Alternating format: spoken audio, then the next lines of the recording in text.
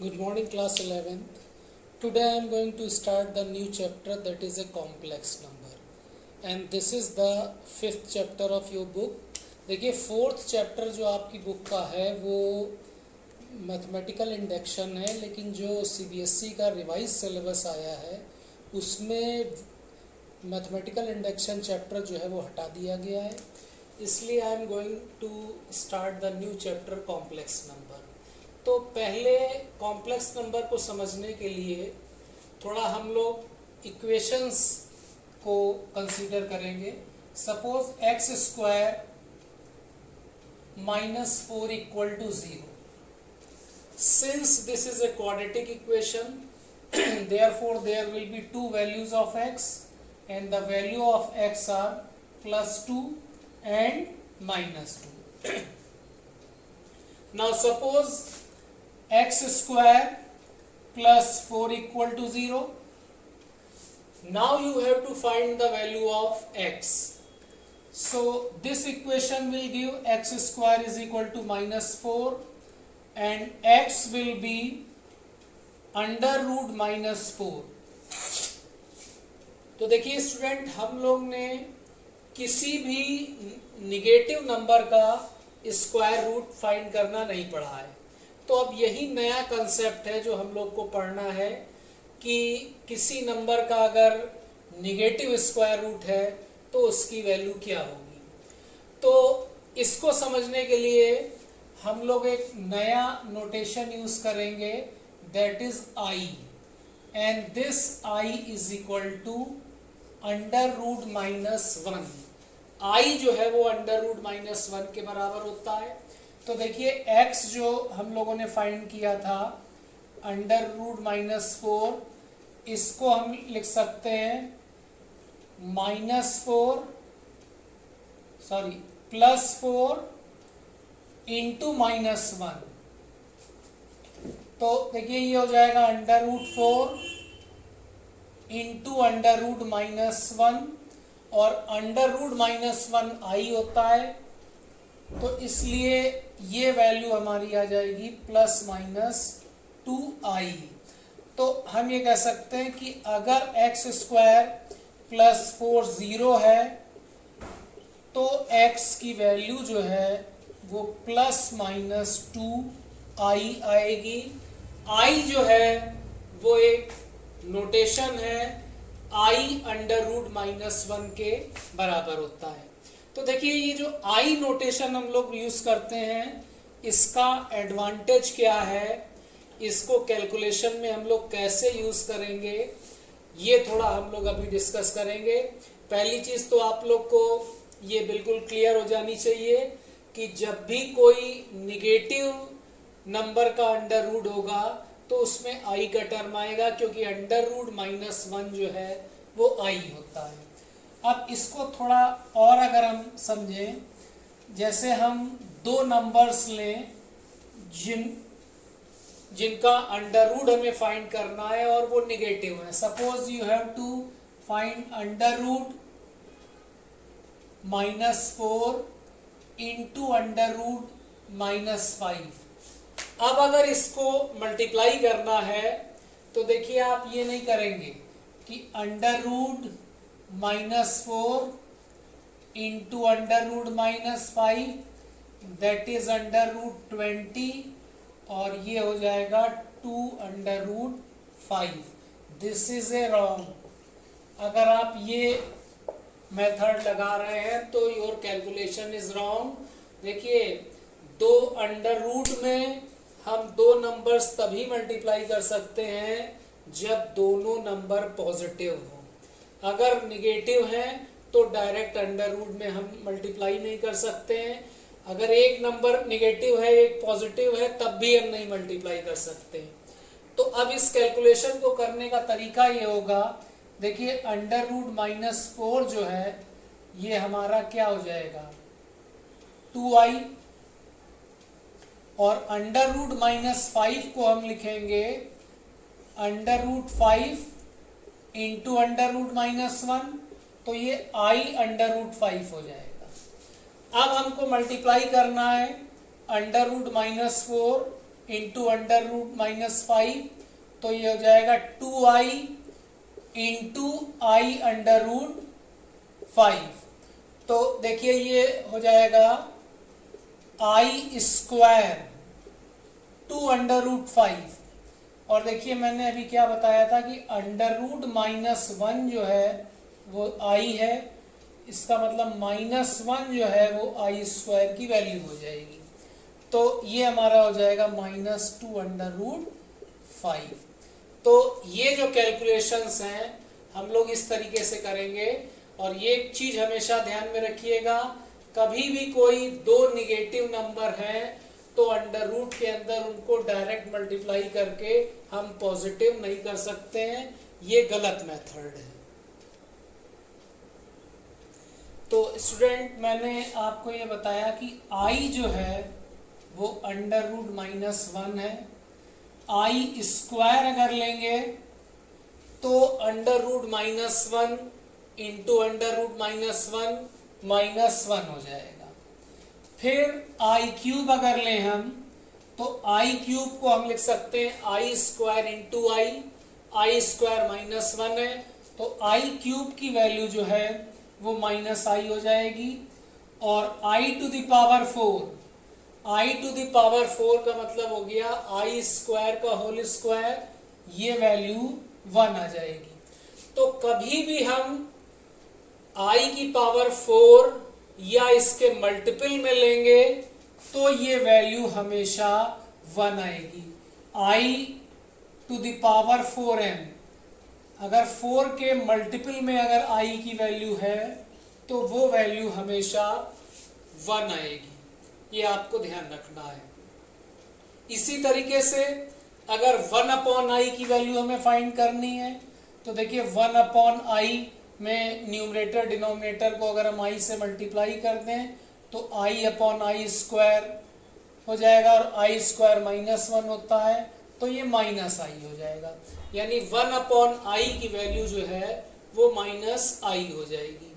i की एक property होती है कि अगर i की वैल्यू 4 कंसेक्यूटिव पावर्स में अगर लें तो ये वैल्यू हमेशा 0 आती है। जैसे i plus i square plus i cube plus i to the power 4, ये वैल्यू जो है वो 0 होगी। इसको हम प्रूव भी कर सकते हैं। आई क्यूब कितना होगा -i, ये इससे कैंसिल हो जाएगा।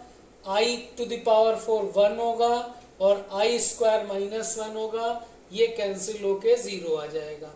तो i plus i square plus i cube plus i to the power 4 equal to 0 आ जाएगा। तो देखिए अभी स्टूडेंट मैंने आपको ये बताया कि किसी भी निगेटिव नंबर का अगर स्क्वायर रूट फाइंड करना है तो आई यूज करेंगे। अब इस आई को अप्लाई कैसे करेंगे ये अब हम और एग्जांपल्स में देखेंगे। स्टूडेंट क्लास 10th में हम लोगों ने क्वाड्रेटिक इक्वेशन सॉल्व करना पढ़ा था।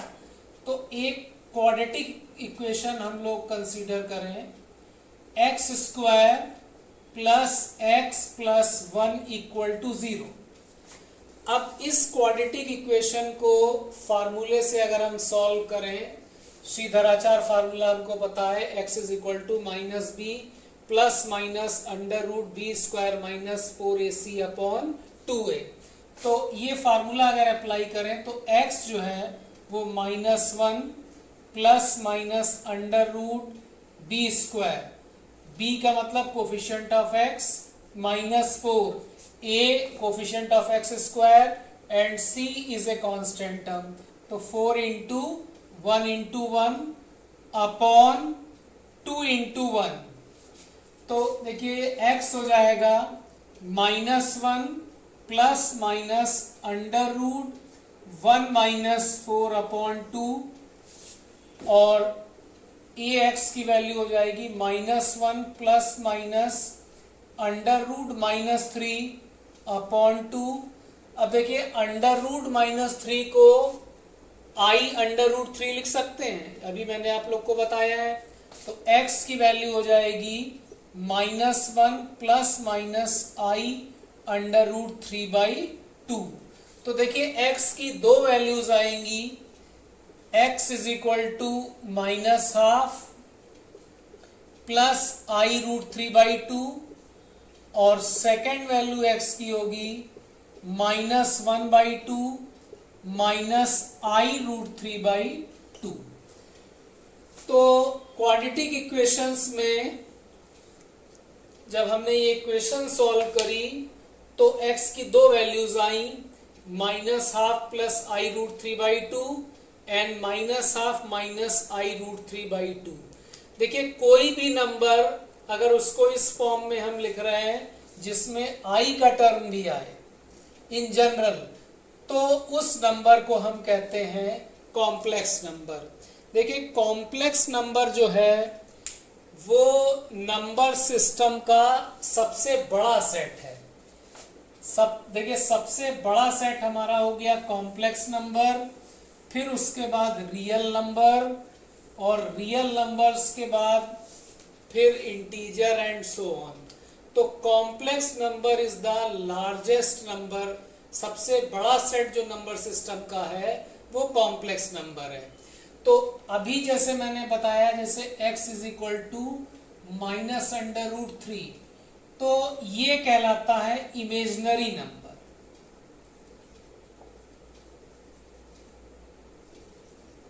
Imaginary number. और अभी जैसे इसके पहले मैंने x की वैल्यू फाइंड करी थी, x is equal to -12 plus i√3/2। तो देखिए कोई भी नंबर अगर है तो उसके दो पार्ट होंगे, एक रियल पार्ट और एक इमेजिनरी पार्ट। जिस पार्ट में i का टर्म आएगा वो कहलाता है इमेजिनरी पार्ट, और जिस पार्ट में i का टर्म नहीं आएगा वो रियल पार्ट। तो इस क्वेश्चन में हम कहेंगे कि real part of x is -12 and imaginary part of x is √3/2। तो देखिए जो हमारे रियल नंबर्स हैं वो भी कॉम्प्लेक्स नंबर है, बस फर्क ये है कि जो रियल नंबर है उनका इमेजिनरी पार्ट 0 है। तो अगर कोई कॉम्प्लेक्स नंबर ऐसा है जिसका इमेजिनरी पार्ट 0 है तो वो कॉम्प्लेक्स नंबर जो है वो रियल नंबर कहलाता है। और अगर कोई कॉम्प्लेक्स नंबर ऐसा है कि उसका रियल पार्ट 0 है तो वो प्योर इमेजिनरी हो जाएगा। तो अब जैसे अगर x को लिखें हम 3i, तो इसका मतलब क्या है कि इस नंबर का जो रियल पार्ट है, शॉर्ट में लिखेंगे रियल पार्ट ऑफ x जो है वो 0 है, और im का मतलब इमेजिनरी पार्ट ऑफ x जो है वो 3 है। i का जो कोफिशिएंट होगा वो नंबर का इमेजिनरी पार्ट कहलाएगा। अब जैसे हम लिखें y इज इक्वल टू 2, तो अब अगर y इज इक्वल टू 2 लिख रहे हैं तो ये भी एक कॉम्प्लेक्स नंबर है। फर्क ये है कि इसको हम लिख सकते हैं 2 प्लस 0 टाइम्स i। इसका मतलब क्या हो गया, y का जो रियल पार्ट है वो तो 2 है और y का जो इमेजिनरी पार्ट है वो 0 है। तो इसका मतलब जो रियल नंबर है हमारे, they are also complex number, बस उसमें डिफरेंस ये है कि उनका जो इमेजिनरी पार्ट जो है वो 0 होता है। तो इसका मतलब नंबर सिस्टम में कोई भी अगर हम वैल्यू ले रहे हैं तो उसके दो पार्ट होंगे, real part and imaginary part. Complex number को हम जनरली z से रिप्रेजेंट करते हैं, z denote the complex number, और इसको a प्लस ib के फॉर्म में लिखते हैं। और यहाँ पे हम ये कहेंगे कि real part of the z जो है वो a है और imaginary part of the z जो है वो b है। तो कोई भी कॉम्प्लेक्स नंबर अगर है तो उसमें रियल पार्ट होगा और इमेजिनरी पार्ट होगा। अब ये जो कॉम्प्लेक्स नंबर हम a प्लस ib लिखते हैं, इसको हम ऑर्डर्ड पेयर में भी लिख सकते हैं। तो ऑर्डर्ड पेयर का जो पहला एलिमेंट है वो रियल पार्ट को रिप्रेजेंट करेगा और सेकंड एलिमेंट जो है वो इमेजिनरी पार्ट को रिप्रेजेंट करेगा। सपोज करिए z is equal to -2 plus 3i। तो इसका मतलब रियल पार्ट जो z का है वो -2 है और इमेजिनरी पार्ट जो z का है वो 3 है।